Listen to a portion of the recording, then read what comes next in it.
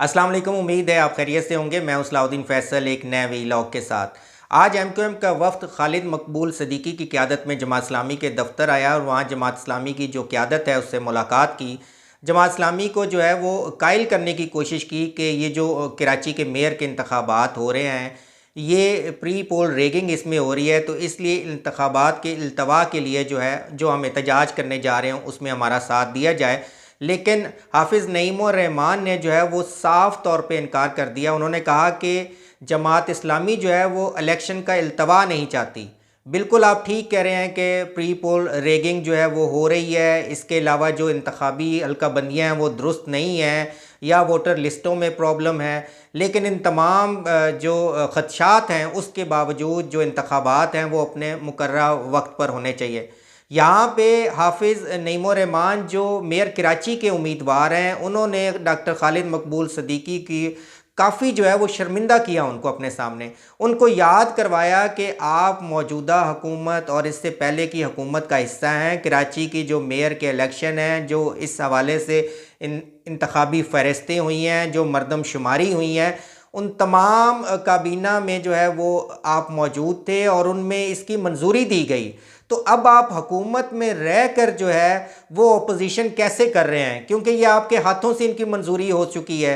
तो अगर आपने अपोजिशन करनी है तो आप हुकूमत से निकल कर अपोजिशन करें, और माजी में भी आप हुकूमतों का हिस्सा रहे हैं।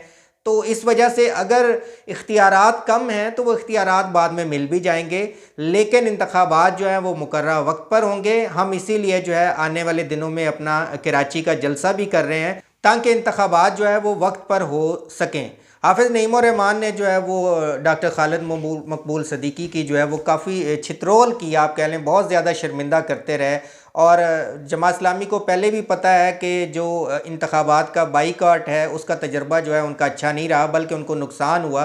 तो इसलिए जमात इस्लामी जो है वो इंतखाबात में जो है वो भरपूर हिस्सा लेना चाह रही है। एमक्यूएम जो है वो पहले महाजर कौमी मूवमेंट थी और 1984 में जो है ये तंजीम जो बनी थी, ये एक लिसानी तंजीम है।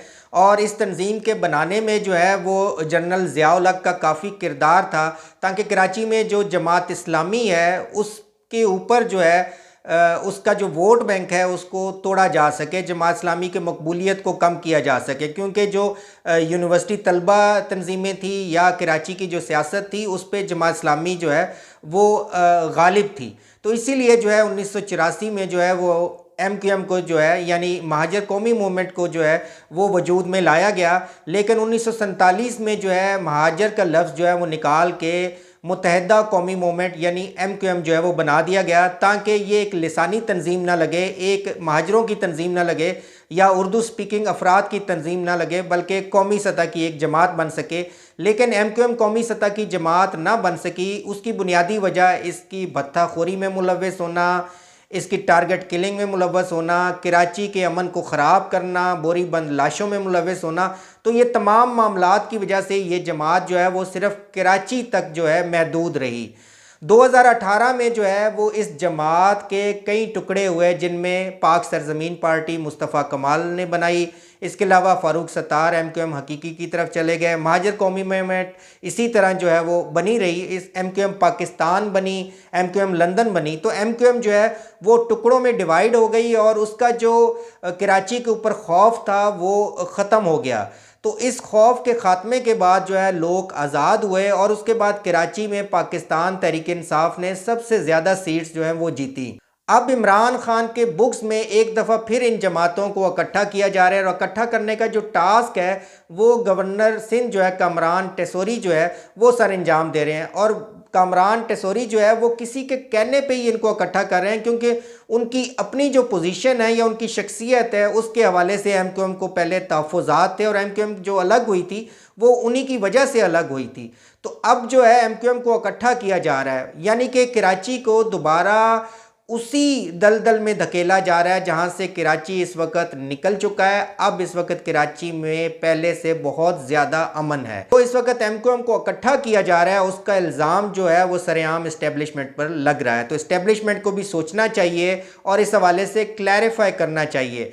कराची में इस वक्त जो बल्दियाती इंतखाबात हो रहे हैं उसमें बुनियादी तौर पे 3 फरीकों का मुकाबला है, जिसमें पाकिस्तान पीपल्स पार्टी, पाकिस्तान तहरीक इंसाफ और जमात इस्लामी का मुकाबला है। इन तीनों जमातों में आपस में जो है वो टफ मुकाबला होगा और जो इस वक्त एनालिसिस आ रहे हैं उसके मुताबिक मुमकिन है कि ये तीनों जमातें आपस में अक्सरियत हासिल ना कर सके, यानी कोई एक जमात अपना मेयर कराची मुंतखब ना कर सके।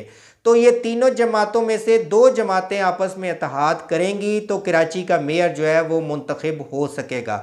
और इसमें जो हमें मुमकिन इत्तेहाद नज़र आ रहा है उसमें पाकिस्तान तहरीक इंसाफ और जमात इस्लामी का हमें इत्तेहाद बनता हुआ नज़र आ रहा है आने वाले इलेक्शन के नताइज के बाद, कि ये आपस में मिलकर एडजस्टमेंट कर लें और मेयर और डिप्टी मेयर पर जो है वो एडजस्टमेंट करके कराची की तरक्की में किरदार अदा कर सकें। इसके साथ ही मुझे इजाज़त दीजिए। अल्लाह हाफिज़।